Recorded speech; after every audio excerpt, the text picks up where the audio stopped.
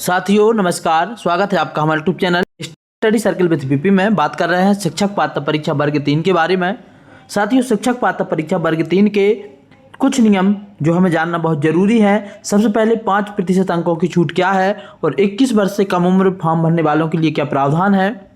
अंतिम वर्ष में यदि आप हैं तो फॉर्म भर रहे हैं तो इसके क्या प्रावधान है और जीवित रोजगार पंजीयन क्या है। फॉर्म भरने से पहले हमको यह नियम जान लेना है ताकि हमसे किसी भी तरीके की कोई गलती ना हो। तो बढ़ते हैं एक नियम की तरफ और जानते हैं क्या है ये सारे के सारे नियम।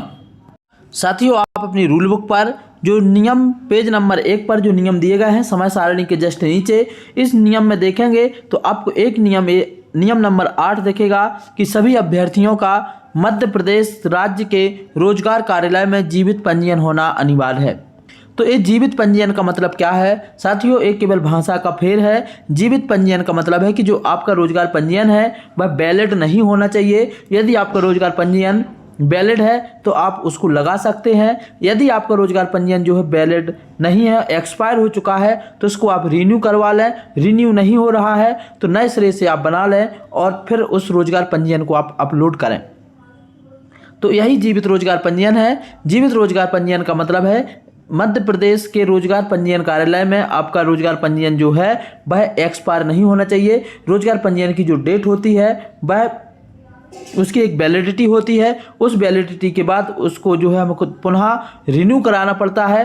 तो जिनका जो एक्सपायर हो जाता है वह कहलाता है मृत और जिनका वैलिड है वह कहलाता है जीवित। तो जिनका जीवित नहीं है वह पुनः रोजगार पंजीयन करा लें, इसके बाद ही फॉर्म भरें। दूसरा एक नियम है कि शिक्षक पात्रता परीक्षा में भाग लेने वाले आवेदक जो निर्धारित व्यावसायिक योग्यता अर्जित करने के अंतिम वर्ष में है, मतलब जो फाइनल ईयर में है, चाहे आपका जो है डीएड हो या डीएलएड हो, वे भी पात्रता परीक्षा बैठने के लिए मान्य हैं। किंतु शैक्षणिक एवं व्यावसायिक योग्यता संबंधी अर्हता अर्जन की तिथि नियुक्ति के लिए विभाग द्वारा जारी किए जाने वाले शिक्षक चयन परीक्षा के विज्ञापन की तिथि होगी। मतलब अभी तो आप जो है भले ही सेकेंड ईयर में है फॉर्म भर सकते हैं, लेकिन जिस दिन चयन परीक्षा का नोटिफिकेशन जारी होगा उस तिथि को अभ्यर्थी द्वारा परीक्षा की अंक सूची उपाधि धारित किया जाना अनिवार्य होगा। किंतु ऐसे अभ्यर्थी जिनके पास शैक्षणिक और व्यावसायिक योग्यता नहीं है अथवा जो निर्धारित व्यावसायिक योग्यता अर्जन करने के अंतिम वर्ष में अध्ययनरत नहीं है, उन्हें पात्रता परीक्षा में बैठने की अनुमति नहीं होगी। तो यदि आप फाइनल ईयर में नहीं है तो आपको पात्रता परीक्षा का फॉर्म भरने की अनुमति नहीं है। दूसरा नियम हो गया। नियम नंबर 3 पर जाते हैं। साथियों, तो हमारा अगला नियम है आयु को लेकर के कि न्यूनतम एवं अधिकतम आयु प्राथमिक शिक्षक पात्रता परीक्षा में सम्मिलित होने के लिए आवेदन दिनांक से निर्धारित शैक्षणिक और व्यावसायिक योग्यता धारित होनी चाहिए। साथ ही इसमें बताया गया है कि चयन परीक्षा की मतलब आगे बताया गया कि यदि आपकी न्यूनतम एवं अधिकतम आयु में कोई बंधन नहीं होगा जो आप पात्रता परीक्षा दे रहे हैं इसमें, लेकिन जिस दिन आपका चयन परीक्षा का नोटिफिकेशन आएगा उस वर्ष की 1 जनवरी को आपकी 21 वर्ष की आयु कंप्लीट होनी चाहिए। मतलब आप आज फॉर्म तो भर सकते हैं भले ही आपकी एज जो है 21 वर्ष से कम हो, लेकिन जिस दिन चयन परीक्षा का नोटिफिकेशन आएगा उस वर्ष की 1 जनवरी को आपकी उम्र 21 वर्ष कम से कम कंप्लीट होनी चाहिए। बाकी अधिकतम उम्र क्या है, इसके लिए क्या प्रावधान है, इसके लिए हम एक स्पेशल वीडियो लेके आएंगे और आपको अगले वीडियो में बताएंगे।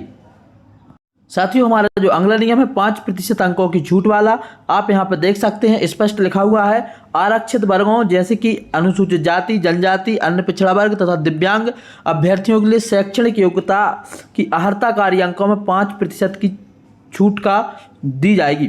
मतलब जैसे यहाँ पर जो है 50% अंक मांगे गए हैं तो SC ST के लिए यहाँ पर 45% अंक मान्य होंगे, मतलब 5% की रियायत है।